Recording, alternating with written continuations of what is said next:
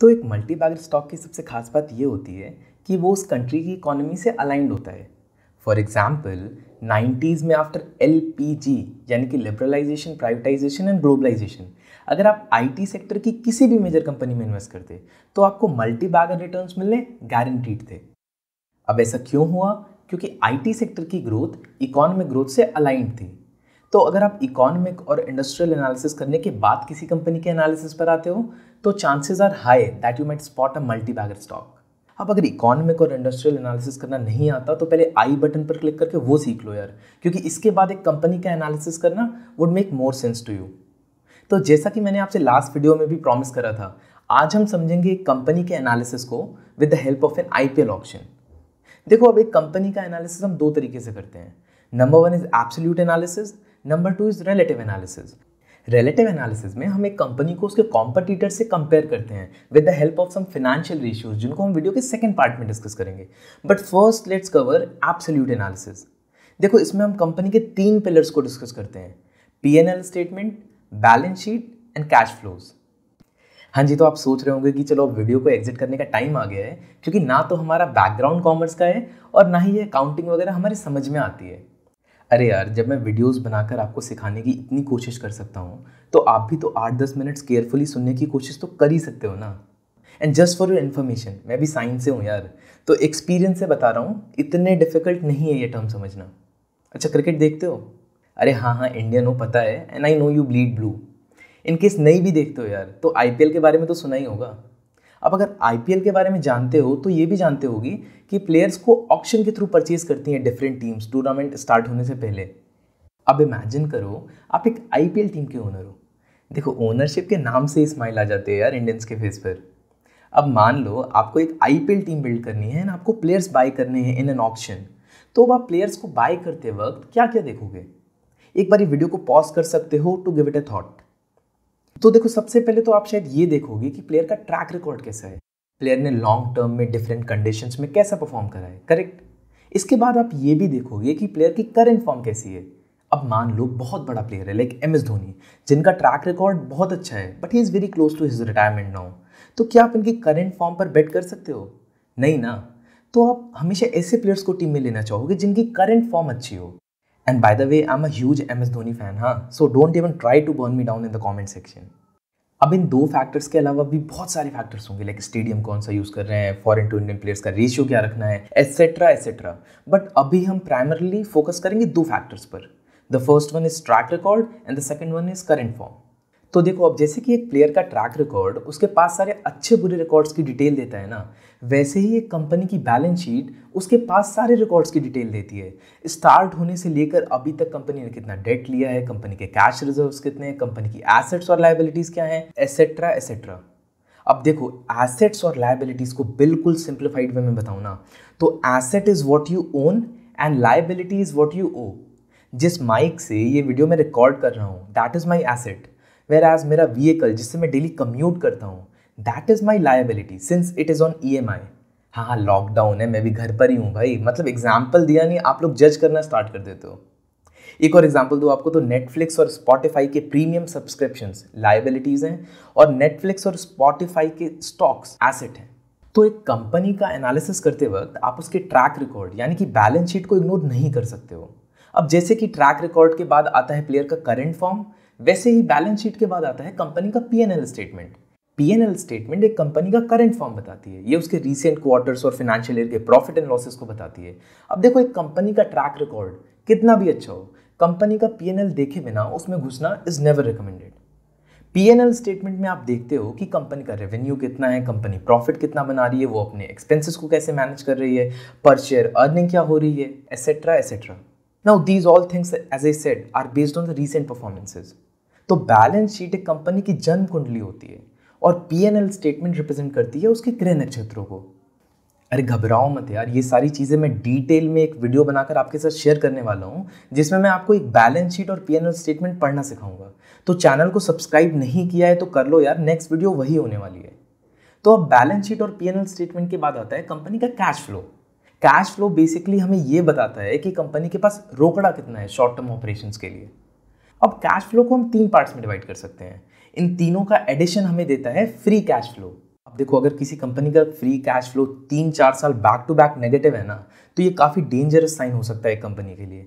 Carefully सुनना अब अगले 3 पॉइंट्स को, क्योंकि बहुत ही सिंप्लीफाइड वे में बताने वाला हूँ कैश फ्लो को।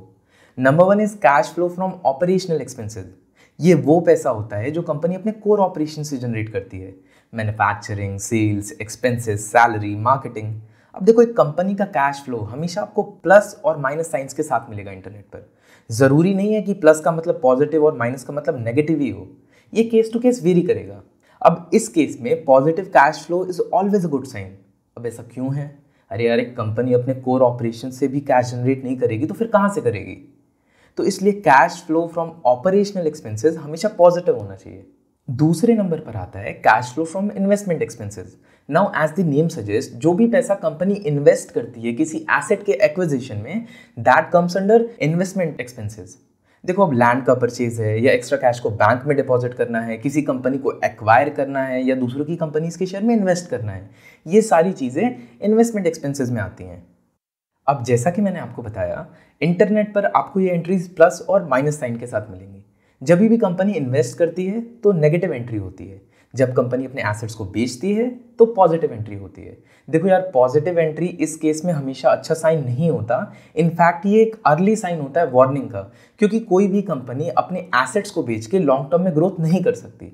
तो एक इन्वेस्टर के लिए इन नंबर्स के पीछे की स्टोरी समझना इसेंशियल होता है। अब तीसरे नंबर पे आता है cash flow from financial expenses. अब देखो, जो भी पैसा कंपनी मार्केट से रेज करती है in the form of debt और इक्विटी, या जो भी डिविडेंड्स देती है अपने शेयर होल्डर्स को, that comes under financial expenses. अब देखो, जब भी कंपनी मार्केट से पैसा रेज करती है तो पॉजिटिव एंट्री होती है, और जब भी कंपनी मार्केट में पैसा देती है in the form of dividend तो नेगेटिव एंट्री होती है। देखो, negative entry is not a sign of bad things again. बहुत ज़्यादा पैसा डेट पे उठाना can be dangerous. Why? Because उस डेट पे आपको इंटरेस्ट भी देना होता है। The point that I want to make is, you should never go behind these numbers blindly. Always listen to the management's logic behind every decision that they're making. तो इन 3 types के cash flow को जब आप add करोगे तो आता है निकल के फ्री कैश फ्लो। जैसा कि वीडियो में मैंने आपको पहले भी बताया, अगर एक कंपनी का फ्री कैश फ्लो 3-4 साल से नेगेटिव है तो that could be a dangerous sign. Because अगर कंपनी के पास शॉर्ट टर्म के लिए रोकड़ा ही नहीं होगा तो कंपनी रन कैसे करेगी यार? तो देखो, हमने एब्सोल्यूट एनालिसिस में 3 चीज़ें डिस्कस करी: balance sheet, P&L statement, cash flow. But this is not enough. अब आप सोच रहे होगे, अरे क्यों भाई, इतना सब तो सुन लिया, समझ तो गए कंपनी का एनालिसिस। अरे यार, एक सिंपल सी चीज़ बताओ, आपने कंपनी की P&L स्टेटमेंट और बैलेंस शीट रीड तो कर ली, बट आप उसे कंपेयर किसके अगेंस्ट करोगे? एक बेंचमार्क तो चाहिए होगा ना कंपैरिजन के लिए। And now this is where relative analysis comes into picture. Relative analysis में आप 2 कंपनीज को या एक कंपनी को उसकी एवरेज इंडस्ट्री परफॉर्मेंस से डिफरेंट पैरामीटर्स पर कंपेयर करते हो। अब आप बैलेंस शीट और P&L स्टेटमेंट के बेसिस पर तो कंपैरिजन कर ही सकते हो, लेकिन इसके अलावा मैं आपको नेक्स्ट 5 मिनट्स में कुछ ऐसे पॉइंटर्स और फाइनेंशियल रेशियोज के बारे में बताने वाला हूं जो आपका काम बहुत ही सिंप्लीफाइड कर देगी। अब देखो, रिलेटिव एनालिसिस स्टार्ट करने से पहले एक बात समझ लो, रिलेटिव एनालिसिस का कंपैरिजन ना हमेशा विद इन इंडस्ट्री होता है। अब यार, ब्रिटानिया को आप मारुति सुजुकी के शेयर से तो कंपेयर नहीं करोगे ना, उनके कॉम्पिटिटर से ही करोगे ना। तो अब एक बार केयरफुली समझना इन रेशियोज को। अगर ये पॉइंटर समझ गए ना तो एक कंपनी की इनिशियल स्क्रीनिंग आप कुछ मिनट्स में ही कर डालोगे। तो सबसे पहले आता है current ratio. Current ratio basically आपको एक कंपनी की करंट पोजीशन की डिटेल्स देता है। कंपनी की करंट एसेट्स और करंट लायबिलिटीज का रेशियो कितना है। Ideally it should be more than 1.5, but अगर ये रेशियो 1 से भी कम है ना तो that could be a dangerous sign, because that means company की लायबिलिटीज उनकी एसेट से ज़्यादा है। नंबर 2 पर आता है डेट टू इक्विटी रेशियो। अब देखो, कंपनी मार्केट से 2 तरीके से पैसे रेज करती है, एक तो डेट से करती है एंड दूसरा इक्विटी से करती है। तो इन दोनों का रेशियो ही हमें बताता है कि कंपनी की आइडियल पोजीशन क्या है मार्केट में। अब देखो, अगर एक कंपनी डेट फ्री है ना तो that is an amazing position, but usually growth companies में ऐसा देखने को नहीं मिलता। तो अगर डेट टू इक्विटी रेशियो 1 से कम है तो that is an ideal situation, and अगर 2 से ज़्यादा है तो दैट कुड बी डेंजरस। अब देखो, ऐसा भी हो सकता है कि 0.5 का डेट इक्विटी रेशियो एक इंडस्ट्री के लिए बहुत ज़्यादा हो, तो एक कंपनी को हमेशा उसके कॉम्पिटिटर से ज़रूर कंपेयर करना before investment. Number 3 is ROC, return on capital employed. ROC basically आपको एक कंपनी की प्रॉफिटेबिलिटी की डिटेल्स देता है जो एक कंपनी ने डेट और इक्विटी के पैसे यूज़ करके कमाए हैं।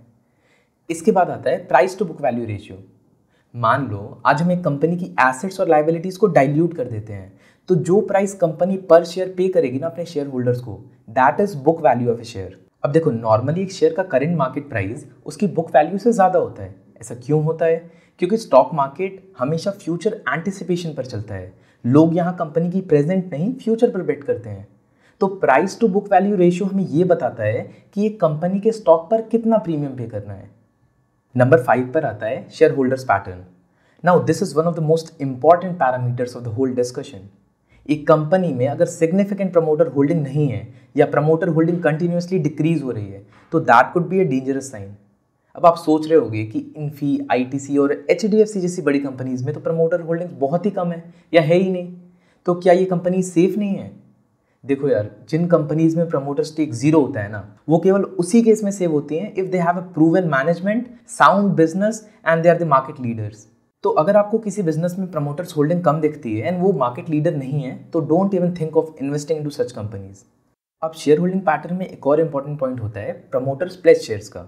अब अगर किसी प्रमोटर ने अपने शेयर्स प्लेज रखे हैं ना फॉर मनी, तो that could also be a negative sign.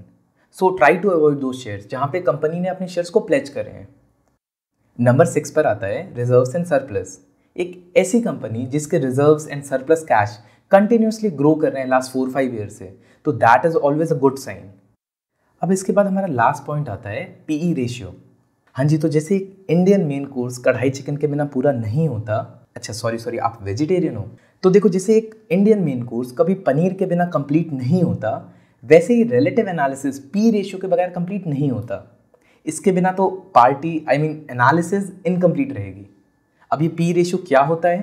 P ratio basically एक इन्वेस्टर को ये बताता है कि एक कंपनी में 1 रुपीज़ कमाने के लिए आपको कितने रुपीज़ स्पेंड करने होंगे। अब देखो, एक इन्वेस्टर को एक कंपनी का पी हमेशा उसकी इंडस्ट्री की पी से कंपेयर करना चाहिए। अगर कंपनी का पी इंडस्ट्री की पी से कम है ना, तो दैट मीन्स कि कंपनी अभी चीपर वैल्यूएशन पे अवेलेबल है, तो आप ऐसी कंपनी में इन्वेस्ट कर सकते हो। बट एक इन्वेस्टर को हमेशा लॉजिक समझना चाहिए चीपर वैल्यूएशन का। एग्जैक्टली अगर सारे रेशियोज नेगेटिव पिक्चर दिखा रहे हैं, तो इट मीन्स कि कंपनी अच्छी वैल्यूएशन डिजर्व ही नहीं करती, एंड दैट इज़ वाई ये चीपर वैल्यूएशन अभी मार्केट में। तो ऐसे शेयर्स में इन्वेस्टर्स को इन्वेस्ट नहीं करना चाहिए। तो इन 7 पॉइंट्स को किसी भी कंपनी का एनालिसिस करते वक्त बिल्कुल भी नहीं भूलना। And trust me when I से दिस गाइज, आपके स्टॉक के रिटर्न्स की तो मैं गारंटी नहीं ले सकता, लेकिन हाँ, आप मार्केट में पैसे लूज तो नहीं करोगे। अब आप सोच रहे होगे ये सारी चीज़ें तो हम समझ गए, लेकिन इनका एनालिसिस करना कहाँ से स्टार्ट करें? पीएनएल स्टेटमेंट और बैलेंस शीट को तो देखकर ही पसीने आ जाते हैं भाई। देखो, अगर खुद से एनालिसिस स्टार्ट करना चाहते हो ना, तो screener.in पर जाओ। हाँ, लिंक दे दी है डिस्क्रिप्शन में। अब अगर मेरे से सीखना चाहते हो ना, तो चैनल को अभी सब्सक्राइब करो और बस 3 दिन का वेट करो यार। संडे को नई वीडियो आ जाएगी जिसमें मैं डिटेल में पीएनएल स्टेटमेंट और बैलेंस शीट देखना और इन रेशियोज को ढूंढना भी सिखा दूंगा। अब अगर इंडस्ट्रियल और इकोनॉमिक एनालिसिस सीखना चाहते हो तो राइट वाली वीडियो पर क्लिक करो। मेरे स्टॉक मार्केट मिस्टेक से सीखना चाहते हो तो लेफ्ट वाली वीडियो पर क्लिक करो। और अगर अब तक वीडियो देख रहे हो यार, तो एक लाइक तो बनता है।